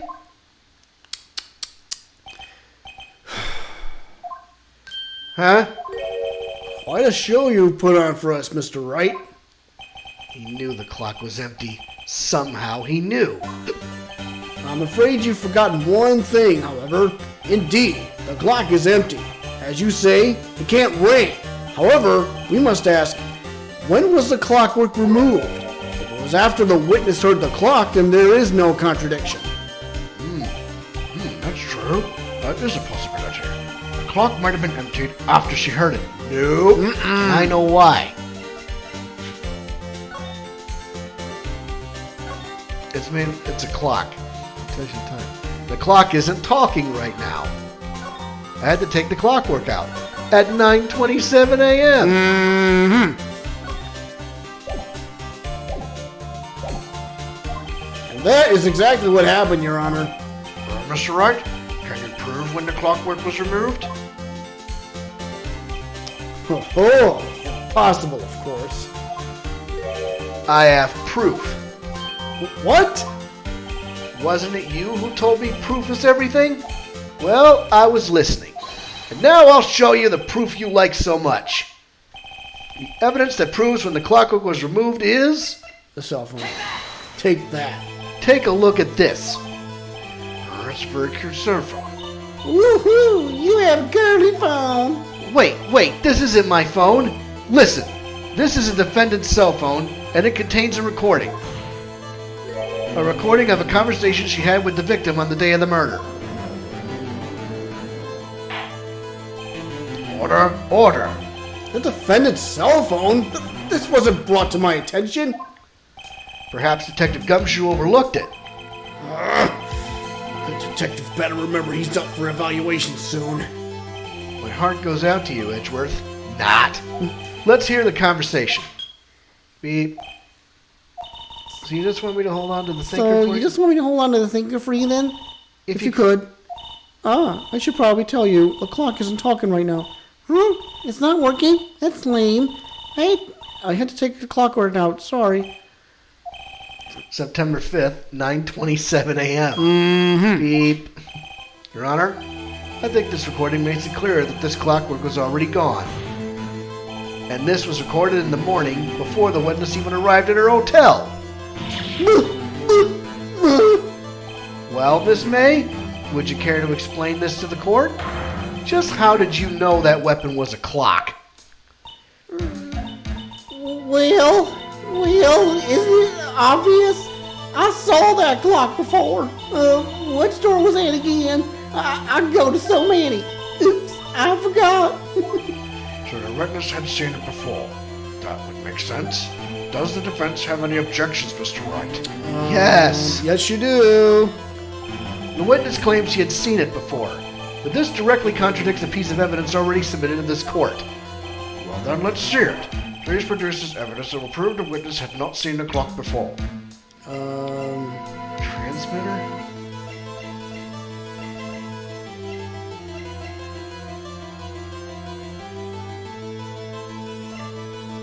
No, it's not time for the wiretap yet.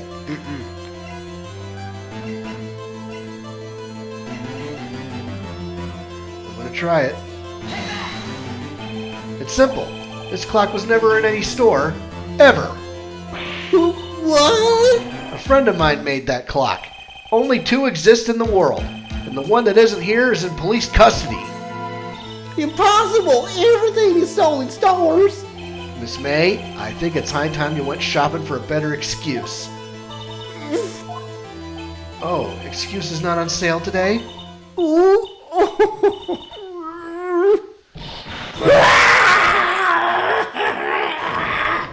Oh, God. What's it to you, porcupine head? That stupid clock doesn't matter, okay? She did it, and she should die for it. Die! Whoa, let's not get ahead of ourselves. This is a court of law, and the witness will remain calm.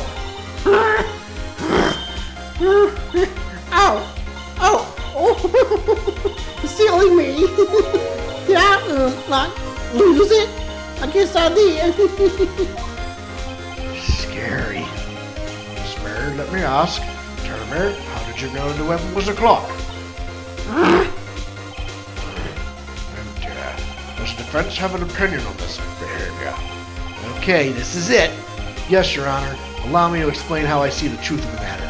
Miss April May, you knew the weapon was a clock because you had heard about it. The witness had never held the clock in her hand. However, she had heard that it was a clock. She heard. That is correct, Your Honor. There is no other way she could have known the thinker was a clock. And I could show you the proof. Well, this is interesting. Let's see it then. Show me evidence proving that the witness had heard of the murder weapon was a clock. Bam. Have a look at this. I found this in Miss May's room. Oh, God. Mr. Wright, please explain to the court what this is. Miss April May, you were tapping the victim, Miss Mia Fay's phone. Miss Mia Fay's phone, were you not? Objection! Your Honor, this is irrelevant. I'm not entirely sure that it is. Objection overruled. It troubles me that our witness is in possession of a wiretap. This is outrageous. Does the defense truly claim that the witness was tapping her phone? Absolutely. Even if that was the case, which it's not, you still have to prove one thing. Did the victim ever say that the weapon was a clock on the phone? Can you prove that? I think not. Oh yeah, I think I can. It's simple. What? Here's my proof.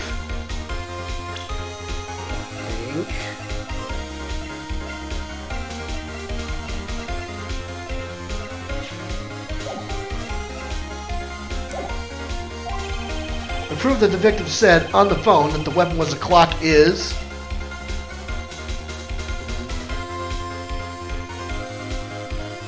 Has to be this. I present the defendant's cell phone. Yes, we've seen that. Listen once more to the conversation between the defendant and the victim. Beep. Yeah, what's up? You haven't called in a while. Well, actually, there's something I want you to hold on to for me. Again? What is it this time? It's a clock. It's made to look like that statue of the thinker, and it tells you the time. Miss April May, you used a wiretap to listen to this conversation. That's how you knew the thinker was a clock. Am I wrong? Objection! Your Honor, this is ridiculous. Your Honor, look at the witness's face. Does she seem amused to you? The defense demands an answer. Witness? Witness, answer the question. Did you tap her phone? Miss May. Shut up, all you! What gives you the right to talk to me like that? You lawyer!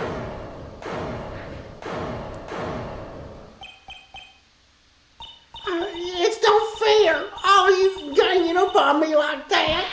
Oh, so I'm the bad girl, is that it? Is that it? Shut up. That did it. The court's seen the real Miss April May now. Now to deal the final blow. Why the wiretap? Yeah, she didn't do it. Why the wiretap? Why did you tap her phone? Answer the question. Do I have to? Isn't this a murder trial? Isn't tippity-tappity irrelevant? Gah, she's saying exactly what Edgeworth wants her to say. Miss May, you were tapping the victim's phone. I hardly call that irrelevant. While this court does not condone the defense's tone of speech, he has a point. Well, Miss May, do you have an explanation for the court? Can you prove you had nothing to do with this murder, even though you tapped her phone? Ha! I'd like to see her pull that off. Mr. Lawyer, I saw that evil grin. You were probably thinking I'd like to see her pull that off, weren't you? Damn, she's good. Well, you're not the first man who's thought that, and of course, I can and will. You can't be serious. No way! Way, I say, way. Oh, and I assure you, I'm serious, Mr. Lawyer. Huh. Okay, so the killing happened around 9 at night. Why? That's just when I was getting room service from that sweet bellboy. Room service? Iced coffee, I believe it was. Iced coffee, you know, like normal coffee, but cold. If you don't drink it quick, the ice melts and then you have regular cold coffee. Nice coffee. Think I'm making this up? Ask the bellboy. Ergo, the witness was not on the scene at the time of the murder. And she didn't do it. She didn't do it.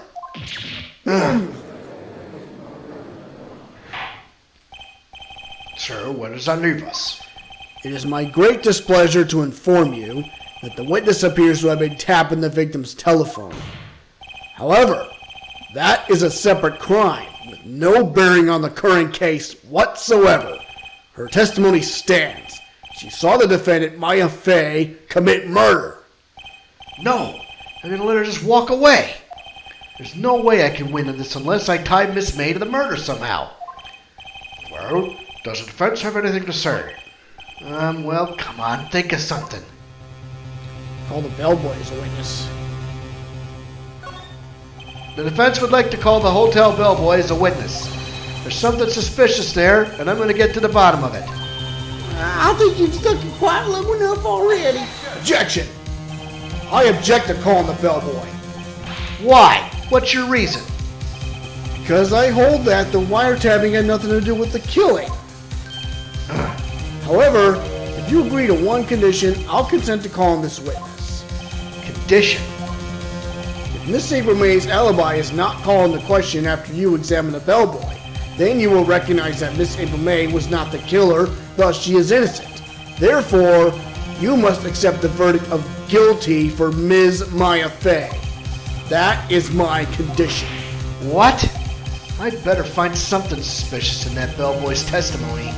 Otherwise, Maya will be declared guilty on the spot. What should I do?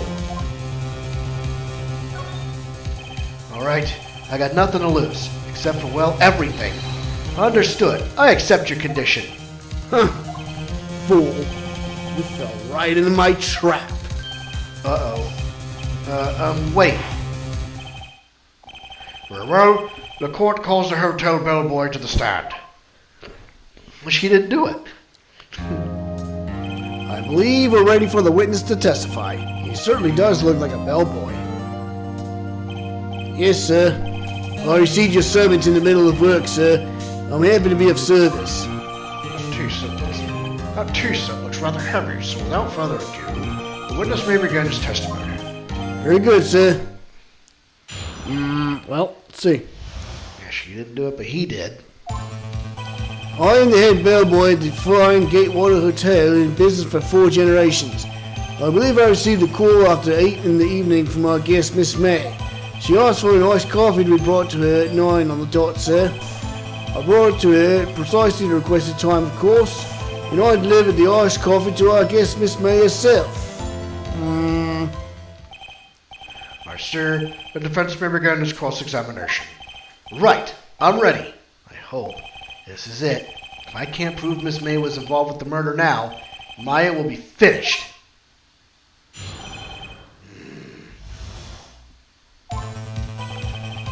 I'm the head bellboy at the Flying Gatewater Hotel in business for 4 generations. Let's keep pressing him. What exactly is it you do at the hotel? Why, anything required of me, sir. I check in guests, I check out guests. I clean rooms, I make beds. I even deliver room service, sir. I check Miss May in personally. Are you always so prim? Mr. Wright, you will refrain from asking frivolous questions. I believe I received a call after 8 in the evening from our guest, Miss May. Are you sure it was Miss May on the phone? Absolutely, sir. How could you be so certain? I checked Miss May in personally, sir. Not only did I see her in all this stunning radiance, but I also heard her voice. And then I saw them, and the point being, I remembered her quite well, sir. Yes, what then? Yeah. She asked for an iced coffee to be brought to her at 9 on the dot, sir. Yeah, why was that? 9 on the dot, you say? Yes, I confirmed that detail several times. She was watching the program on the TV and wished to drink after she finished, sir. 9 p.m. Time of the murder. I brought it to her at precisely the requested time, of course. Precisely 9 then. Precisely, exactly, and most definitely, sir, 9 p.m. How can you be so sure? Miss Miller was quite insistent that it be brought in. Bad boy, I like iced coffee exactly 9, something like that, sir. Therefore, I knocked on the door at the crack of 9, sir. Why would she be so particular about the time? And I delivered the iced coffee to our guest, Miss May herself. You were sure it was Miss April May herself? Absolutely, sir. Absolutely? Yes, sir. As in, so very absolutely, sir. It's an endearing mannerism of mine. How come you're so very certain? Well, when I brought the room service, sir, the guests, sir, favoured me with an embarrasser, sir. Embarrasser? Is that French for embrace? It's French for kiss, sir, but not a French kiss, sir. More of a peck on the cheek. Why would she have done that? I believe perhaps she was momentarily swayed by my prim demeanour, sir. It was a moment I shall never ever forget, sir. Sounds pretty fishy to me. I think our Miss May was up to something and wanted the bellboy to remember her. No good. There's nothing there. Is that it? Finally, you understand. This bellboy has absolutely no reason to lie. Now, if you have any decency, you will end this rather tedious cross-examination here. It's a bit tedious. Miss May leave the stand. I can't let this happen, can I? Protest. Protest. Wait. Please wait. Yes, does the defense have something to add? One last question. Let me ask one last question. Your Honor, I must object. This charade of justice has gone on long enough. Now, Mr. Edgeworth. All right, Mr. Wright. I give you one more question, that's all. Okay, this is really it now. This is my last chance. What do I ask him about? Bed making, the check-in, the room service. She made the bed. What about room service?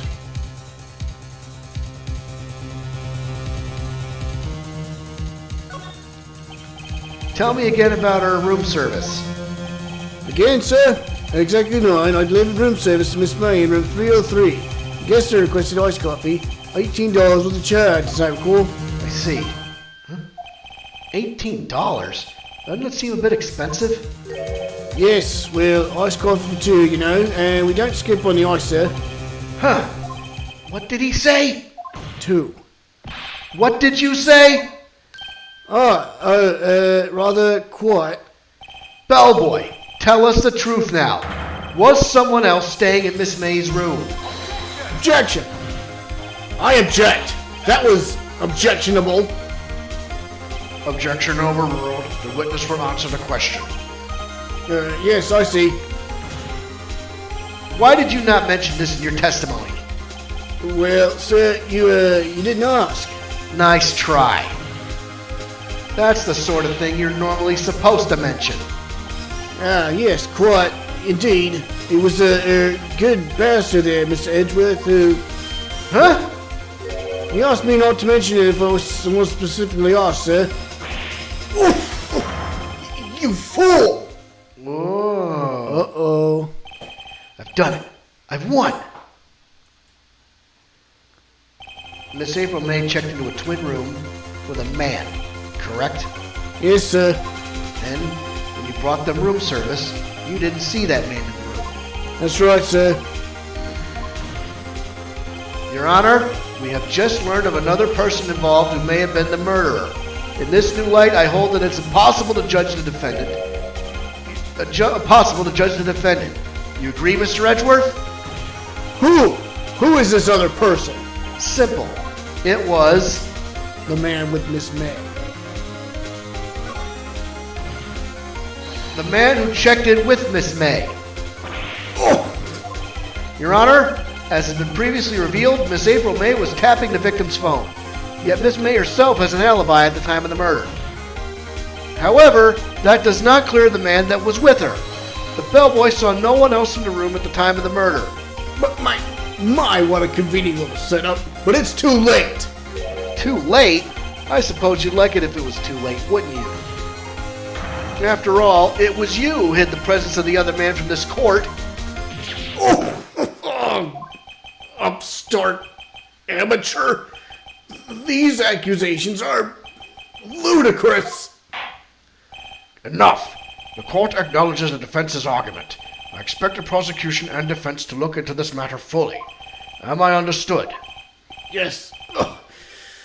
Yes, Your Honor. That is all today for the trial of my affair. Court is adjourned. Boom shakalaka. Got him. September 7th, 2:24 p.m. District Court. Defendant lobby number 1. Mr. Wright, you were amazing in there. Really? I think I might be your newest fan. Oh, I was just doing my job, you know. And again, that other attorney was pretty cool too. Huh?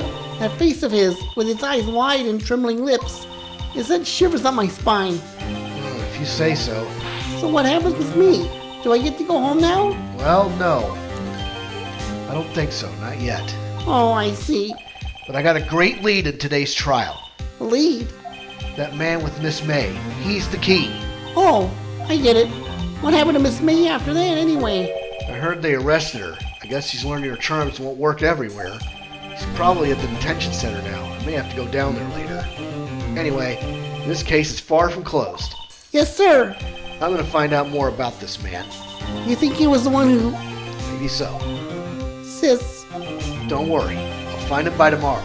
Promise. counting on you. I asked for a full record of April May's testimony. I thought it might come in handy during the trial tomorrow. Now that I have it, I'm not so sure. Most of her testimony was all lies. In fact, there's only one part that got left on the record. Made testimony added to the court record. I don't know how much good this will do me at all now.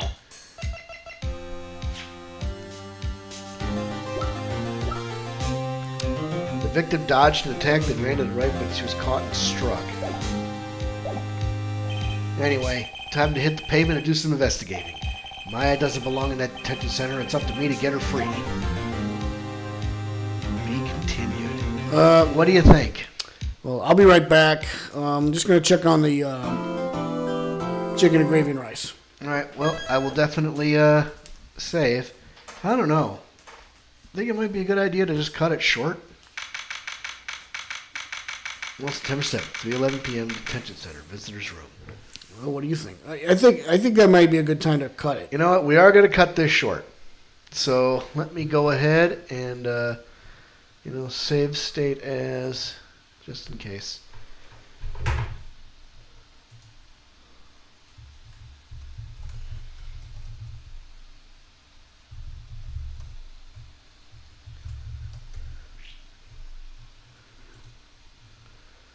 So, folks, that is going to do it for tonight. The case is a lot longer than we thought it was going to be. So, but yeah, I mean, we're really unraveling the rabbit's nest now. So, until next time, Tuesday, June the 14th. I am the Cannonball. I am the package. We are the Steel Brothers, and we are for real. Goodbye, buddy. Bye-bye. Oh, Top Guys out.